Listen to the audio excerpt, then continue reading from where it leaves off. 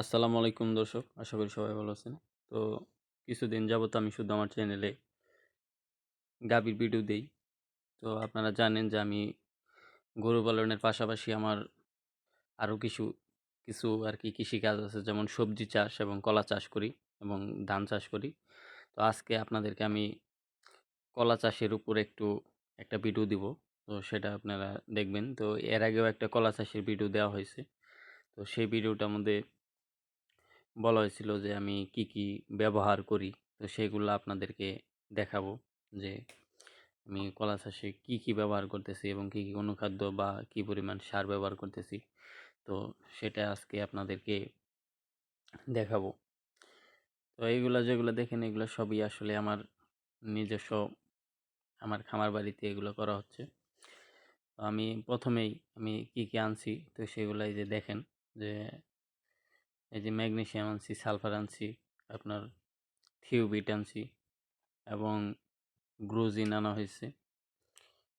তো কিছু এই অনুখাদ্যগুলো আনা হয়েছে। আর হচ্ছে আরেকটা হচ্ছে যে আপনার দানা বিষ আছে, এই এই কয়েকটাই। তো এই কয়েকটা যে গ্রোজিন দেখছেন, এখানে গ্রোজিন হচ্ছে আপনার 4 কেজি, মানে প্রায় 500 গাছের মতন আছে, 500 গাছ। তো আর ম্যাগনেসিয়াম আছে, ওটাও 4 কেজি। মনোবিট, এটা হচ্ছে থিওবিটের, মানে এগুলা হচ্ছে মানে আপনার এক একটা এখন এই যে নোকোবান, এটা হচ্ছে একটা দানা বিষ। তো এটা আনা হয়েছে 2 কেজি। তো এটা একটু দামি, এই জন্য আমাকে 2 কেজি দিছে, বললো যে এটা 2 কেজিতেই চলবে। তো সেজন্য আর কি 2 কেজি আনা হয়েছে। তো আমার কিছু লোক আছে, তো আমি ধান রোপণের কাজ করতেছি, তো এদিকে আমার এগুলো দেওয়া দরকার। তো এই জন্য ওনাদেরকে বললাম যে ভাই, এটা আগে আমার কলা খেতে এই ভিটামিনগুলা, বড় ভাইদেরকে বললাম যে আমাকে একটু এটা ব্যবহার করে দিয়ে যান। তো আমি একা একা এগুলো দিতে পারবো না, তো সেই জন্য আর কি। তো ওনারা সব কিছু প্রস্তুত করতেছে, তো আমি দেখাই দেখাই দিতেছি। তো ওনারা এগুলা কাজ করতেছে। তো এখন আর কি সবগুলাই মিক্সড করা হচ্ছে। তো এগুলা দেওয়া হবে আপনার এই ইউরিয়া সারের সাথে মেশানো হবে। তো ইউরিয়া সারের সাথে মেশানোর পরে এটা আমি আবার একদিন পরে এই বাংলা টিএসপি সার আর একটা হচ্ছে যে এমওপি সার দেওয়া হবে। তো ওইটা একদিন পরে দেবো, কারণ এখানে জিঙ্ক আছে এই জন্য আপনার এই অনুখাদ্যের সাথে ওই মেন কথা হচ্ছে যে জিঙ্কের সাথে যখন ওই আপনার ওই বাংলা টিএসপি সার দিবে, তো এটা কাজ করবে না। তো সেই জন্য আর কি দুইটা আলাদা আলাদা দেওয়া হবে। তো আমাকে পরামর্শ দিচ্ছে যে ভাই আপনি একটু আলাদা ব্যবহার করবেন, সেজন্য আর কি গাছের রেজাল্টটা আপনি পাবেন। সেজন্য আমি ওনাদের কথা মাফিকই কাজ করতেছি। তো এখন আর কি সারের সাথে অনুখাদ্যগুলো মিশানো শেষ। তো আমরা কলা খেতে যাইতেছি, তো বড় ভাইরা নিয়ে যাইতেছে ডিশের মধ্যে করে।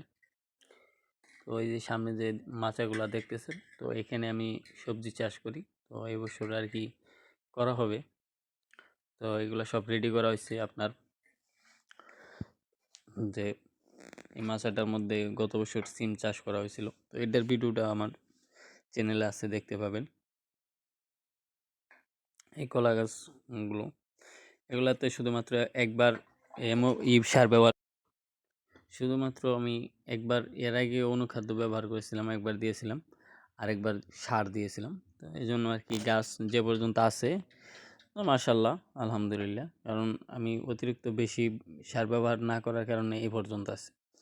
তবে আজকের যে ভিডিওটা দেবো, এই ভিডিওটার পরে মিনিমাম 5-7 দিন পরে আবার ভিডিও দেখতে পাবেন। তো সেগুলা মানে তখনই বুঝতে পারবেন যে গাছটা আর কি কেমন হয়েছে। আমি আগে শুরুতে ভাই দেখতেছে যে আমাকে জিজ্ঞেস করছে ভাই কতটুকু করে দিব। আমি আর কি বলে দিলাম যে যেহেতু অনুখাদ্য, সেহেতু একটু দূরতে দিবেন। তো এটা ও একটু বেশিরভাগ একদম গাছের কাছাকাছি ফেলছে, কিন্তু এটার মূল হচ্ছে যে একটু আপনার দূরে, একটু সার্কেল করে দিতে হবে। তো যে দেখেন গাছের গোড়া থেকে এই যে এতটুকু দূরে দিতে হবে। তো সেজন্য আর কি দিতেছে, দেখাই দিলাম। পর্যায়ক্রমে সবাই দিবে। কলা গাছে এটা করার পরে, তো এটার আপনার বডি স্প্রে দিতে হবে, তারপরে দিতে হবে পাতা স্প্রে। আরেকটা কাজ হচ্ছে যে আপনার এই গাছ, তো বডি স্প্রে দিতে হবে যেটা বললাম, পাতাও স্প্রে করতে হবে। আর মেন কথা হচ্ছে যে আপনার এই যে গাছগুলা দেখতেছেন, গাছের সাথে যে চারা, তো এগুলা নিয়মিত কাটিং করে রাখতে হবে। কারণ এই গাছের যে খাদ্যটা এই চারাগুলা খাইতেছে, দেন অলরেডি কতটুকু খাবার খাইছে, এই খাবারটুকু এই গাছটা খাইতো। আর আপনি যদি এটা নিয়মিত কাটিং করে রাখেন, তাহলে আপনি দেখা গেছে যে এই দিন শেষে প্রত্যেকটা গাছের মধ্যে আপনি মিনিমাম 7-8টা করে আপনি চারা পাবেন। আর এক একটা চারা আপনি 20 টাকা করে বিক্রি করবেন। তো এই গাছের মধ্যে আপনি যে খাবারটা ব্যবহার করেন, যা ইনভেস্ট করেন, যেমন 200 টাকা করে যদি আপনি ইনভেস্ট করে থাকেন, তাহলে আপনি এক একটা চারার মধ্যে বা এক একটা কলার গাছের মধ্যে 15টা করে আপনি মিনিমাম সর্বনিম্ন 10 থেকে 15, আপনি যদি 15টা করে ধরেন, 20 টাকা করে মানে 300 টাকা শুধু আপনি চারা বিক্রি করে এক একটা গাছ থেকে আসে। 300-র মধ্যে আপনি 100 টাকা বাদ দেন, তারপরেও 200 টাকা থাকে।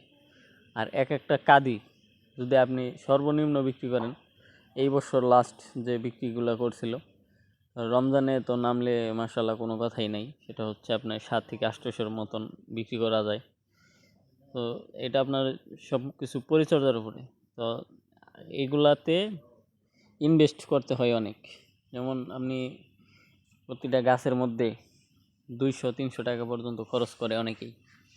আমি সেদিক থেকে একটু কম খরচ করেছি, বা আমি কমই করব, কারণ আমার এত বেশি দিলে পারা মাটিগুলো নষ্ট হয়ে যায়। তো সেই জন্য আমি আবার গোবর ব্যবহার করেছিলাম এর আগে, সেজন্য গাছগুলো আছে মোটামুটি ঠিক আছে।